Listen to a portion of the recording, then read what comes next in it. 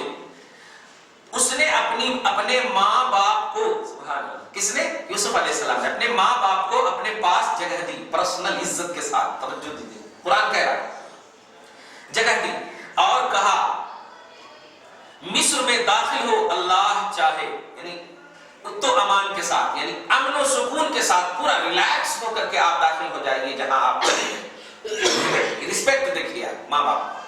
یہ تو آیت نمبر 99 100 دیکھیے. وَرَفَعَ أَبَوَيْهِ عَلَى الْعَرْشِ، اور اپنے ماں باپ کو تخت پر بٹھایا. واہ، جملے پہ غور کریں. خود نیچے بیٹھ گئے جبکہ وہ تخت نشین ہے، وہ وہاں کے بادشاہ ہے وہ. لیکن کیا کہا؟ اللہ پاک کہہ رہا ہے. دنیا کیا کہتی ہے؟ اللہ کے سوا کسی کی تعظیم نہیں ہو سکتی. قرآن ہی میں دھیان دیجیے گا، جب نہیں ہو سکتی تو حضرت یوسف نے اپنے ماں باپ کی جو تعظیم کی، توجہ دیو، ماں باپ کی جو تعظیم کی اور رب نے اس تعظیم کی تعریف کی. جب تعظیم کی تعریف کی ہے تو اس کا مطلب یہ ہے کہ توحید کے خلاف نہیں ہے، توحید کے خلاف نہیں. اب دھیان دیجیے، تو حضرت یوسف نے اپنے ماں باپ کو تخت پر بٹھایا، سبحان اللہ، اور سب اس کے لیے سجدے میں گر پڑے. عربی میں جملہ دیکھیے،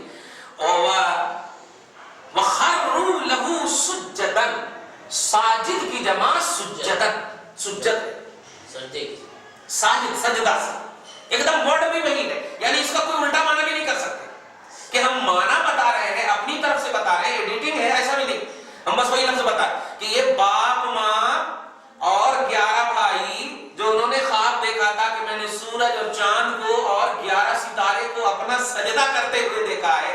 شروع میں کہا تھا نا آیت نمبر آیت نمبر 3 میں یا 4 میں، آیت نمبر 4 میں کیا کہا تھا؟ اذ قال یوسف لأبیہ، اے میرے ابو میں نے یہ خواب دیکھا ہے کہ انی رأیت 11 کوكبا، کہ میں 11 ستارے اور ایک سورج اور ایک چاند کو دیکھ رہا ہوں کہ وہ سب میرے سجدہ کر رہے ہیں. اللہ پاک کہ حالانکہ اللہ پاک یہاں پر اس طرح آیت اتارنا چاہیے تھا جیسا کہ لوگ سمجھتے ہیں یہ خواب غلط ہے، لیکن حضرت یوسف کے اس خواب کی تعریف میں آیت اتار کر ذہن دیا ہے کہ سجدہ کرنا یہ ہمارے کو اور ہمارے علاوہ کو سمجھو، ہمیں جو سجدہ کیا جاتا ہے وہ عبادت ہے اور بڑوں کو جو سجدہ کیا جاتا ہے وہ تعظیم ہے. توجہ دیجیے گا، پھر ابھی آگے میں حکم بتاؤں گا. تو لفظ سجدن قیام سے اعلیٰ رکوع، رکوع سے اعلیٰ سجدہ، اسی لیے رسول پاک نے فرمایا بندہ سب سے زیادہ قریب اس وقت ہوتا جب وہ سجدے میں ہوتا. تو اب آپ دھیان دیجیے گا کہ وَخَرُّوا لَهُ سُجَّدًا، یہ سب لوگ مل کر سجدے میں گر گئے ان کے پاس. وقال، اچھا لہو کا مطلب یوسف کو، لہو کا مطلب یوسف کو، خروا للہ سجدہ نہیں ہے، اللہ یوسف کو سجدہ کیے سب لوگ. دھیان دے رہے ہیں قرآن پاک میں. وقال یا ابت، تب حضرت یوسف علیہ السلام نے کہا ابو جان، نہیں، اور یوسف نے کہا ابو جان، اے میرے باپ، اے میرے باپ، یہ میرے خواب کی تعبیر ہے. اچھا آگے دیکھیے، قد جعلها ربی حقا، اس خواب کو میرے رب نے حق بنایا ہے.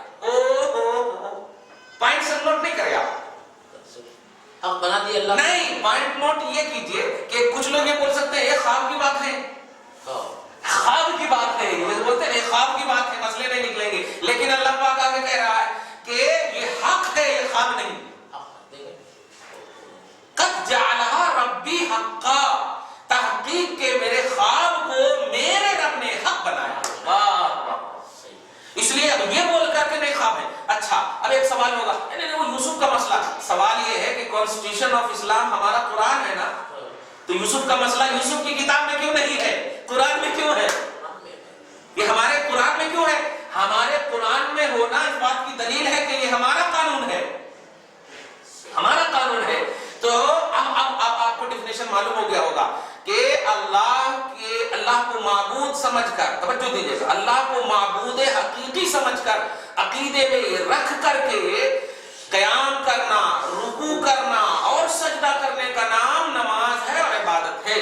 اب جو الحمدللہ رب العالمین الرحمن الرحیم مالک یوم الدین ایاک نعبد و ایاک نستعین کا جو ڈیفینیشن کرتے ہیں جماعت کے لوگ کہ ہم تیری ہی عبادت کرتے ہیں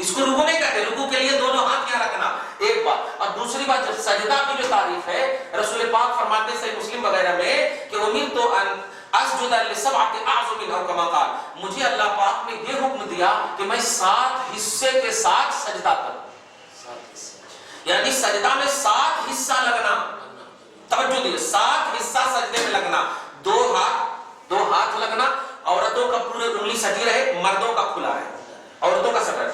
2 ہاتھ لگنا, توجہ دیجیے گا. پھر دونوں پاؤں کی جو 5 انگلی ہے وہ لگنا, دونوں پاؤں. پھر یہ جو گھٹنے ہیں 6 ہو گئے. اور پھر یہ چہرہ پورا ایک کی منزل میں ہے. جاتے وقت آپ کو ناک سٹانا ہے پہلے, پھر پیشانی, پھر اٹھتے وقت جو ہے آپ کا پیشانی اٹھانا ہے, پھر جا کر کے ناک. دھیان دے رہے ہیں آپ. میں کہتا ہوں اب سجدہ کا جب ڈیفینیشن رسول نے عبادت کے طور پر بتا دیا تو ایسا کوئی بھی بتا کر کے بتائے کہ ایسا کوئی اولی اللہ کو سجدہ کرتا. سجدہ کے لیے دھیان رکھنا قبلہ بھی شرط ہے, لیکن جب درگاہ میں کوئی جاتا تو جہاں مل جاتا ہے وہیں جھک جاتا ہے. اس کا مطلب یہ ہوا کہ وہ جو اللہ کے ولیوں کی بارگاہ میں جھک رہا ہے, پیشانی ٹیک رہا ہے, وہ سجدہ نہیں ہے. سجدہ ہوتا تو وہ ضرور قبلہ کو دیکھتا, ایک بات. اور دوسری بات کہ یہ 7 حصے کو ایسے تو کرتا ہی نہیں کوئی ہے, زیادہ سے زیادہ ہونٹ لگاتا ہے یا ناک لگاتا, صحیح ہے, زیادہ سے زیادہ ہونٹ لگا.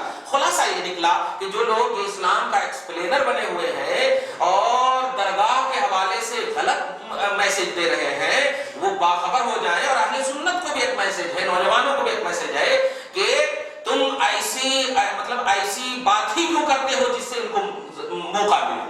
ایسی بات ہی نہ کرو. سب سے بیسٹ زیارت کا طریقہ یہ ہے کہ آپ درگاہوں میں یا ماں باپ کے پاس, ماں باپ کی بات چھوڑ, درگاہوں میں خاص طور سے جھگڑے ہیں, ماں باپ کے پاس تو اتنا جھگڑا ہے نہیں.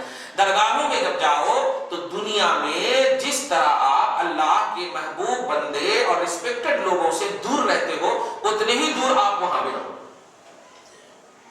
جیسے ایک دم چھوٹی سی بات, آپ ابھی وہاں پر بیٹھے ہیں, ہم اگر زبردستی بھی کہیں گے تو آپ یہاں نہیں بیٹھیں گے, حالانکہ اس سے اچھی کرسی آپ کے گھر میں موجود ہے, لیکن آپ کیوں نہیں بیٹھیں گے؟ اس لیے کہ یہ مقام منبر رسول ہے, رسول پاک کی تعلیم ہوتی ہے یہاں سے, اور ہم اس لائق میں یہ سمجھتے ہیں. صحیح ہے, ہاں. تو ایسے ہی اولیاء اللہ اور محبوبوں کی بارگاہوں میں جس طرح آپ دنیا میں ان کے حیات میں جس طرح آپ کھڑے رہتے ہیں, قبر میں بھی ان کے پائنتے کے پاس اتنے ہی دور آپ کھڑے رہیے اور باادب ہو کر کے کھڑے رہیے. قرآن پاک کی آیتیں پڑھیے, پڑھنے کے بعد جو کچھ ہو سکے ہاتھ اٹھا کر اللہ سے دعا کیجیے, اے اللہ میں تیرے محبوب بندے کی بارگاہ میں ہوں. دھیان دیجیے گا, اپنا گھر بھی ہے مولا, اور تو ہر جگہ دعا سنتا ہے, ہر وقت دعا سنتا ہے, ہر مقام پہ دعا سنتا ہے, شہرت سے قریب ہے, لیکن مولا یہ بھی طے ہے کہ تیرے رحم و کرم کا جو موسلا دھار بارش ہونے والی ہے وہ میرے گھر میں نہیں, کیونکہ میرے گھر میں کوئی اچھی چیز نہیں, اچھا وقت, اچھی جگہ نہیں, اچھا موقع نہیں. یہاں تو تیرے محبوب بندے ہیں, اور یہ سچ ہے کہ تیرے سے جس کو نسبت حاصل ہو جائے محبوبیت کی, تیرا فیض موسلا دھار وہاں برستا ہے. صحیح ہے, اس لیے یہ باعزت, یہ مقدس, مکرم, اور یہ تو آپ قرآن سے سیکھے ہیں. اے اللہ مکہ تو بہت پہلے سے موجود تھا, کعبہ تو پہلے سے موجود تھا, لیکن اس کو عزت اور عظمت نہیں تھی. جب رسول پاک کا قدم آیا تو تو نے قسم یاد فرمائی ہے مکہ کی کہ میں قسم یاد کرتا ہوں اس شہر کی کہ حبیب آ گئے ہیں. تو اس کا مطلب یہ ہوا کہ تو اپنے محبوب بندے سے نسبت رکھنے والی چیز اور مقام کا لحاظ کرتا ہے. لہذا ہم تیرے محبوب بندے, چاہے شکل نبی کی ہو, غوث کی ہو, علی ولی کی ہو, قطب کی ہو, جس کی بھی ہو, وہ کوانٹیٹی ہو سکتی ہے, سمجھ رہے نا, وہ ایک قسمیں ہو سکتی ہے, لیکن ہے تو محبوب. تیرے محبوب بندے کے مقبرے, ان کے مزار کے پاس ہوں, اور یہ طے ہے کہ محبوبیت کو حاصل ہے ان کو, جو تیری محبوبیت کے واسطے سے ہم دعا کرتے ہیں. ہماری حاضری کو اور ہماری امیدوں کو قبول فرما. یہ ہے تو دعا تو کہیں بھی بندہ اللہ ہی سے کرتا. اب جو ہے, اب استغاثہ, اب مدد, اب اے صاحبان ولی, قرآن اور حدیث کی تعلیم کی روشنی میں ہم آپ کی بارگاہ میں آئے ہیں, کیونکہ آپ زندہ ہیں. قرآن کہتا ہے شہید کیوں زندہ ہے؟ اس لیے کہ وہ اللہ کے لیے مرا, اللہ کی رضا کے لیے, دین کے لیے مرا ہے. تو آپ بھی تو اللہ کے لیے ہی زندہ ہے, آپ بھی تو اللہ ہی کے لیے رہے تھے, تب تو اللہ والے بنے. تو اللہ کے لیے جو مرتا ہے وہ مرنے کے بعد بھی زندہ رہتا ہے. تو آپ میری حاضری کو دیکھ بھی رہے ہیں, سن بھی رہے ہیں. ہم نے بخاری وغیرہ میں اور دیگر حدیث کی کتابوں میں پڑھا ہے کہ جب بندہ قبر میں چلا جاتا ہے تو وہ سلائے جانے کے بعد فرشتے اٹھا کر کہتے ہیں سو جا، مطلب وہ مر کر مٹی میں نہیں مل جاتا ہے. آپ تو اللہ کے ولی ہیں، جنرل بندوں کے بارے میں یہ حکم ہے. آپ تو ولی ہیں، آپ سب سن رہے ہیں. اس لیے اگر میری دعا ڈائریکٹ اللہ قبول نہیں کر رہا ہے تو آپ کے پاس ہم آئے ہی اس لیے ہیں کہ آپ اپنی محبوبیت کے واسطے سے ہماری دعا کی قبولیت کی گارنٹی بن جائے. کتنا آسان ہے ایک ایکسپلین اور صحیح بھی ہے نا بھائی، بالکل ایک دم چھوٹی سی بات ہے. جیسے اب دیکھیے کل کی ایک بات کہ فیروز جو ہے ڈائریکٹ آپ کو نہیں کہتا. کیوں نہیں کہتا؟ جلال، ڈر، خوف. ماں کو کہتا. کیوں؟ محبت. تو وہ ماں سے محبت کرتا اور ماں آپ سے پیار کرتی. تو دیکھا آپ نے، تو محبوب کا واسطہ بھی پہنچا دیتا ہے محبوب تک. یہ فطری چیز ہے. ہم لوگ بھی کبھی باپ سے ڈائریکٹ کچھ نہیں بولتے، ڈانٹتے بھی ہیں تو کچھ نہیں بولتے. کچھ بھی مانگنا ہو ماں سے وسیلہ. تو یہ تو نیچرلی پہلو بھی ہے. تو ایسے ہی اللہ کے محبوب بندوں کی بارگاہوں میں جانے والوں کو شرک و بدعت کا فتویٰ نہیں دینا چاہیے. اگر غلط کہیں پر بھی ہو رہا، مکہ میں بھی تو غلط ہوا ہے نا، اور آج بھی تو ہو رہا ہے. بم بلاسٹ وغیرہ جو ہو رہا، کیا یہ صحیح ہے؟ بالکل غلط ہے. تو کسی جگہ کا غلط ہونا اور ہے اور جگہ کا صحیح ہونا اور ہے. بم بلاسٹ کی وجہ سے مکہ غلط نہیں ہو سکتا، مدینہ غلط نہیں ہو سکتا. ایسے ہی اللہ کے محبوب بندوں کی بارگاہوں میں لوگ غلطی کر رہے ہیں تو لوگوں کی غلطی پورے ولیوں کی غلطی مت قرار دو، وہ اللہ کے محبوب بندے.